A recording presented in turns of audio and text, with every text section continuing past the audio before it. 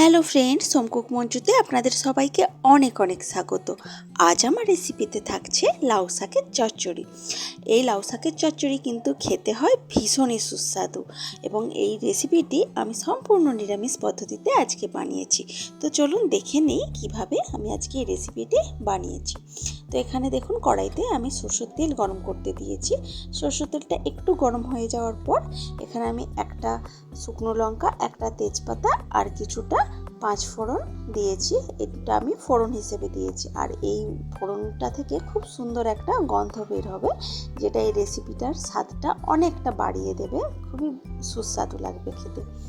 তো এই ফোড়নটা একটু ফুটে ওঠার পর আমি ছোট ছোট করে টুকরো করে কেটে রাখা আলু এই তেলের মধ্যেই ভাজতে দিয়েছি।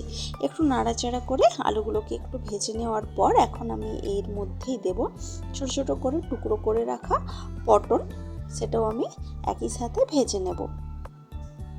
চাইলে এখানে আরও অন্যান্য সবজি কিন্তু আপনারা অ্যাড করতেই পারেন, পটলের জায়গায় বরবটি দিলেও কিন্তু খেতে খুব ভালো লাগে।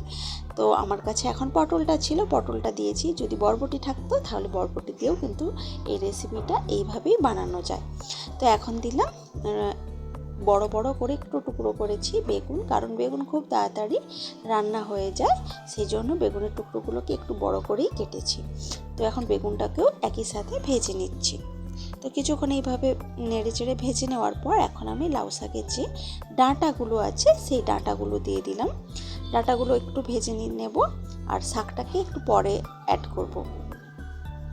এখন ডাঁটাগুলো দিয়ে দিলাম, কারণ ডাঁটাটা একটু শক্ত হয় শাকের থেকে, তো সেই জন্য ডাঁটাটা দিয়ে এখন ডাঁটাটা ভেজে নিচ্ছি সব কিছুর সাথে।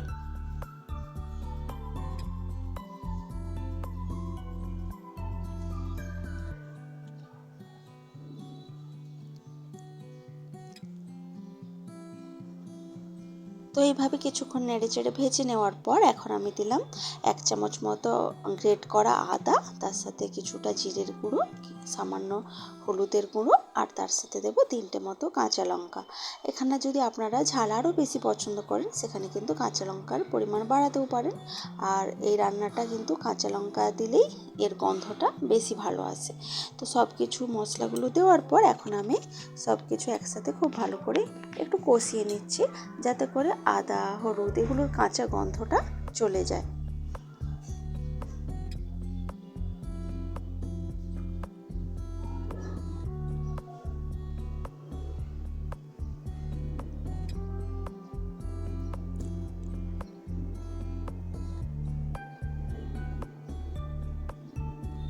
তো এইভাবে কিছুক্ষণ কষিয়ে দিলাম, তাহলে কিন্তু এতে করে আদার কাঁচা গন্ধটা চলে যাবে।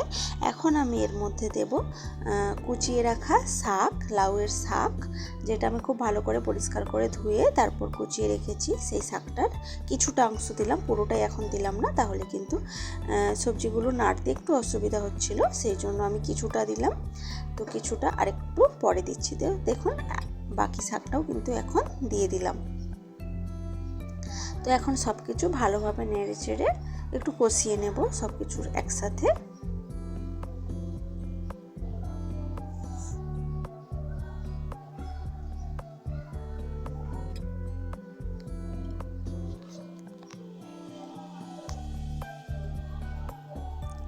তো সব কিছু একসাথে কষিয়ে নিলাম। এখন আমি এই সবজিগুলোকে সেদ্ধ করার জন্য দেব সামান্য জল।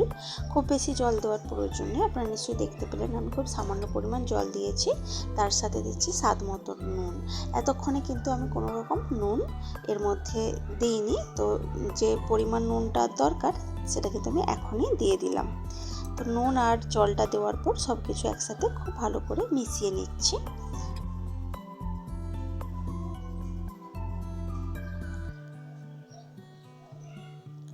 সব কিছু এইভাবে নেড়েচে একসাথে মিশিয়ে নেওয়ার পর আমি এখন এটাকে ঢাকা দিয়ে দেব সেদ্ধ করার জন্য। ওই 3 থেকে 3.5 মিনিট মতো ঢাকা দিয়ে রাখবো, বেশিক্ষণ কিন্তু ঢাকা দেওয়ার প্রয়োজন নেই। তো দেখুন 3 থেকে 3.5 মিনিট মতো পর আমি ঢাকা খুলে দিয়েছি, আর এখন কিন্তু সবজিগুলো সেদ্ধ হয়েই গেছে। এখন আমি এর মধ্যে দেব সামান্য পরিমাণে চিনি। যেহেতু এটা একটা নিরামিষ রেসিপি, সামান্য পরিমাণ চিনি দিলে খেতে ভালো লাগবে, স্বাদটা অনেক ভালো আসবে। তো চিনিটা দিয়ে এখন চিনিটা সব কিছুর সাথে ভালোভাবে একটু মিশিয়ে নিচ্ছি, যাতে করে চিনিটা ভালোভাবে গলে রেসিপিটার মধ্যে খুব ভালোভাবে মিশে যায়। এখন আমি একটু খুন্তির সাহায্যে সব কিছু একটু নেড়ে চেড়ে আলুগুলোকেও একটু ভেঙে দেব, এতে করে লাউ শাক চচ্চড়িটার টেক্সচারটা ভালো আসবে, একটু মাখো মাখো হবে, একদম আলগা আলগা হবে না।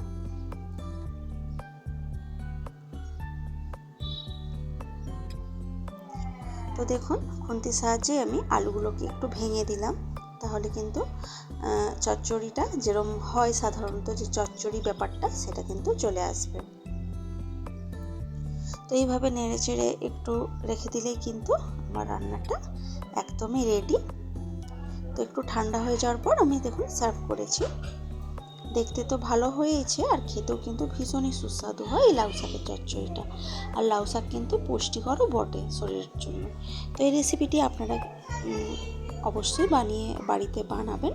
তো আপনাদের কেমন লাগলো এই রেসিপিটি কমেন্ট করে অবশ্যই জানাবেন। ভালো লাগলে লাইক কমেন্ট শেয়ার করবেন এবং প্লিজ আমার চ্যানেলটি সাবস্ক্রাইব করে আমার পাশে থাকবেন। তো আজকের ভিডিওটা এ পর্যন্তই থাক, দেখা হচ্ছে অন্য কোনো দিন অন্য কোনো ভিডিওতে অন্য কোনো রেসিপির সাথে। তো আজকের মতো টাটা বাই বাই।